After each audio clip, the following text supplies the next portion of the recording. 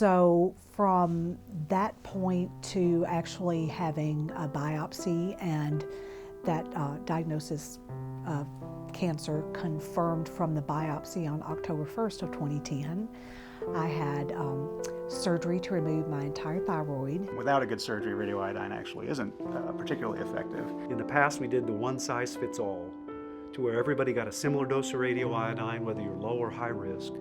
And I think what we're doing more now is, as we start saying, a new dose of radioactive iodine we need to consider in many patients is 0. Is no radioactive iodine in our lower risk patients, because we don't think they necessarily need it and we could cause some harm. So I had my first round of radioactive iodine treatment in December of 2010, and then you spend a year wondering what's going on. Is this working?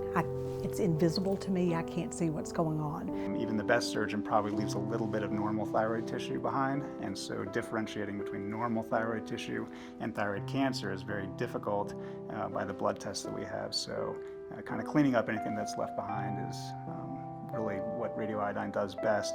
We're going to set some realistic expectations. And I'm going to say, honestly, you had a great surgery. We're going to do radioactive iodine. I'm going to do my best. And despite that, there's about a 30% chance that we're going to find some leftover thyroid cancer. What I tell patients is that the low iodine diet is one of the biggest side effects of this whole procedure, because everything that tastes good has iodine in it. So, and our resource is the Thyka low iodine cookbook. There's really not evidence of survival benefit, but for me in my practice, and I think for most patients, if they can deal with it for a week, it may improve things. It certainly doesn't hurt. The thyroid uses iodine as kind of the backbone for making thyroid hormone. So the thyroid cells like to suck up iodine when there's a lot around, and when we prepare patients appropriately. And so then smart nuclear medicine physicians could tag some radioactivity onto that iodine, and it would be very targeted toward those thyroid cells and then kill them. So when we talk about how much radioactive iodine we give, we use a phrase called activity, which is, in most people's minds, equivalent to dose, but there's a very specific radiation term that dose means something very different. So the studies that have focused on different radioactive iodine activities have been ongoing for decades.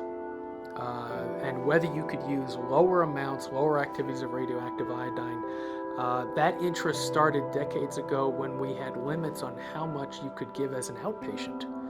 And the goal was to use a lower amount so that you could still treat the patient as an outpatient and not require them to be hospitalized and all the extra costs that entailed. Our practice, if patients do come in the hospital, and in our institution it's based on if it's a high enough dose, over 200 millicuries, or if they live a far enough distance away, over several hours in a car, then we want them in the hospital to decrease what's a very low but potential risk to others. And so if they're in the hospital, then they literally just get measured for the amount of radioactivity that they're putting off, and once they reach a certain threshold, then they're cleared to leave the hospital, and they have some precautions for staying away from family members for another several days, depending on their dose and what their situation is. And what these studies that were very well done showed in both cases was that low activities, the 30 millicurie amount, was just as effective at achieving that endpoint as the 100 millicurie amount. Now, those studies did focus on patients who were at relatively lower risk for death from thyroid cancer.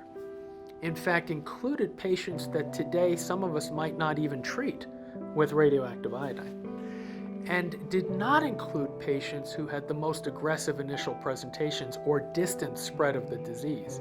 So we shouldn't conclude from this that every patient should be treated with low activities of radioactive iodine. The higher amounts are still appropriate for patients with very large invasive tumors or spread. But for many patients, we can certainly now justifiably use lower amounts and presumably lower radiation exposure and greater long-term safety. The question is, could my cancer come back? Is it all gone? How do I know for sure? And that's what we do with a lot of our surveillance and follow-up in patients who have differentiated thyroid cancer, which would be typically papillary thyroid cancer or follicular thyroid cancer. Fortunately, many patients never have a recurrence. You get to know the nuclear medicine techs. You get to know the people who do your scans, because you're there over and over again for nuclear medicine, and they joke with you and they laugh. And when they get quiet and start clicking around on the screen, again, red lights and sirens start going off. So I learned that I did have a recurrence with metastasis in the neck area and some areas that would not be easy to remove surgically. I may need to treat it the first time I see it. I may not need to treat it for 10 years. But with our technology now, we can find very, very small level residual disease that we have to seriously question whether or not any additional treatments are necessary, or more importantly, if they are, what's the appropriate time. So we decided on another round of radioactive iodine, a much larger dose this time, and as far as we know right now, it has been effective. Now, after that radioiodine, that effect can last 6 to 9 months. So there really is quite a gap, and I hope it's sort of a relief for the patient. You don't have to come see me for a while. Let's let this run its course, and then we sort of reset everything. What our job is to do is to say who looks like they're cured, or what we tend to call an excellent response to therapy, and then we can change our monitoring and management based on that. The simple tools that we use in most patients are obviously a history and physical examination, which is very important. And then we use some simple blood tests, such as the tumor marker thyroglobulin in our patients. And the imaging or radiology test we use in most patients is the neck ultrasound.